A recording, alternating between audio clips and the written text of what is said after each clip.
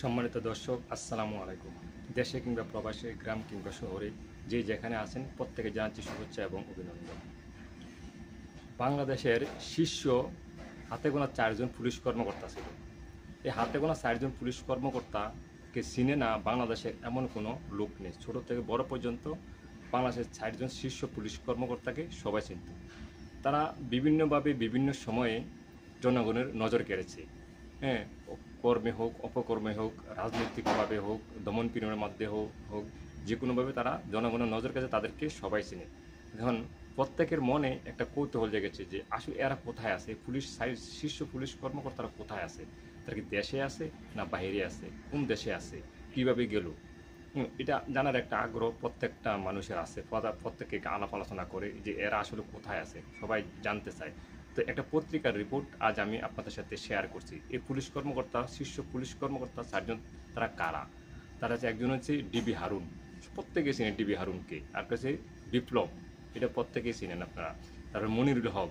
এই পুলিশ কর্মকর্তারা যে বিভিন্নভাবে বিভিন্ন সময়ে তাদের অপকর্মের মাধ্যমে মানুষের নজর কেড়েছে। তো এরা কোথায় আছে আজ এক পত্রিকার রিপোর্ট আমি আপনাদের সাথে শেয়ার করি।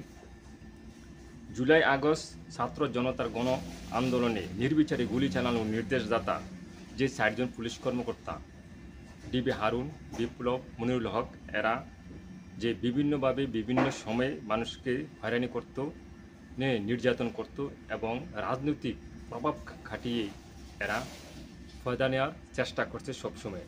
তো জানা যায় তারা এই পুলিশ কর্মকর্তাগণ তাদের ম্যানেজ করে দেশ ছেড়েছে। সাম্প্রতিক একটি গোয়েন্দা প্রতিবেদনে জানা যায় যে এরা কোন জায়গায় আছে, কোথায় আছে, কীভাবে গেল। এরই মধ্যে একটি বেসরকারি টেলিভিশন দেওয়া সাক্ষাৎকারে মনিরুল হক বলেছেন যে 5 আগস্ট আওয়ামী লীগ সরকারের পতনের পর তিনি আইজিবি সঙ্গে হেলিকপ্টার করে সেনাবাহিনীর কেন্দ্রস্থলে আশ্রয় করেন। সেনাবাহিনী কেন্দ্র থেকে আশ্রয়ের পর যখন দেশে বন্যা পরিস্থিতি ভয়াবহ রূপ ধারণ করে, সে বন্যা পরিস্থিতির মধ্যে যে উনি দেশ থেকে পালিয়ে যান এবং উনি ভারতে আশ্রয় গ্রহণ করেন। তো পুলিশ সূত্র বলেছে প্রথম উঠেছে আত্মীয়র বাসায় উঠলেও দেশের বন্যা পরিস্থিতির কারণে উনি যে গেছেন, মানে যে কীভাবে গেল, দেশের বন্যা পরিস্থিতি এমন একটা রূপ নিয়েছে যে ওখানে উনি খুব সহজেই যেতে পারছেন। মানে ওইখানে কোনো বাধা ছিল না বা কোনো গোয়েন্দা রিপোর্টও ওই সময় তেমন ছিল না। সেই সুযোগে সে দেশ থেকে পালিয়ে গেছে। তবে ট্যুরিস্ট পুলিশের সাবেক প্রধান অতিরিক্ত পুলিশ মহাপরিদর্শক রেজাউল আলমের দেশ ত্যাগ সম্পর্কে নিশ্চিতভাবে জানা গেছে যে গত 18 সেপ্টেম্বর ঢাকার হযরত শাহজালাল আন্তর্জাতিক বিমানবন্দর দিয়ে রাত 10টার দিকে উনি মালয়েশিয়া চলে যান। তো উনি চলে গেছেন মালয়েশিয়া। সেখানে উনি আছেন এখন পর্যন্ত, সেখানেই তিনি অবস্থান করছেন।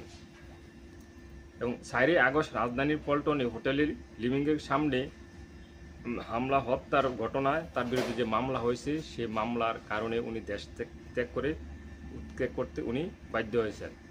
এছাড়া আগস্টের মাঝামাঝিতে দেশের পূর্বাঞ্চলে আরেকটি জেলায় সীমান্ত দিয়ে দেশ ছাড়েন ঢাকা মহানগর পুলিশের কাউন্টার ট্যুরিজমের ইউনিটি অতিরিক্ত মোহাম্মদ আসাদুজ্জামান।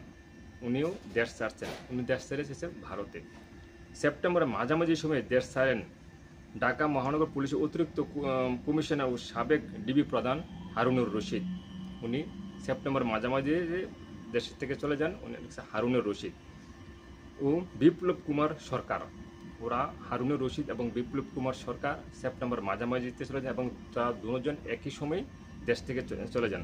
জানা গেছে তারা ভারতে আশ্রয় নিয়েছেন। কাজে যোগ দেননি ডিএমপির সাবেক যুগ্ম কমিশনার মেহেদী হাসান ও লিটন কুমার দাস।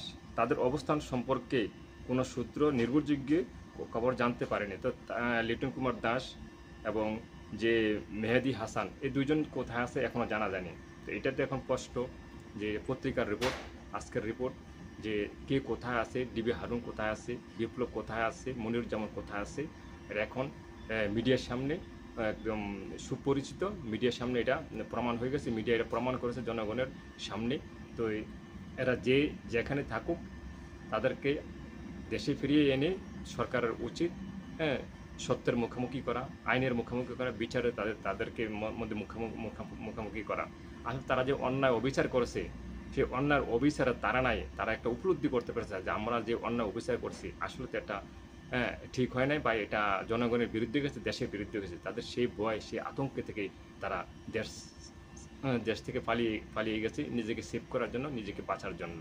আসলে যারা দুর্নীতি করে, দুর্নীতিবাজ, তারা প্রত্যেকেই যে বাঁচার জন্যে, যদি কোনো দেশে একটা আইন পরিস্থিতি ভয়াবহ দিকে যায়, তারা কে কোথায় যাবে এর আগে থেকে তারা ঠিক করে রাখে। তো এই পুলিশ কর্মকর্তারাও যে অপকর্ম করেছেন এবং আগে থেকে ঠিক করে রেখেছেন তারা কে কোথায় যাবেন, কে কোথায় গিয়ে আশ্রমে, কে কোথায় উঠবেন বাঁচার জন্য।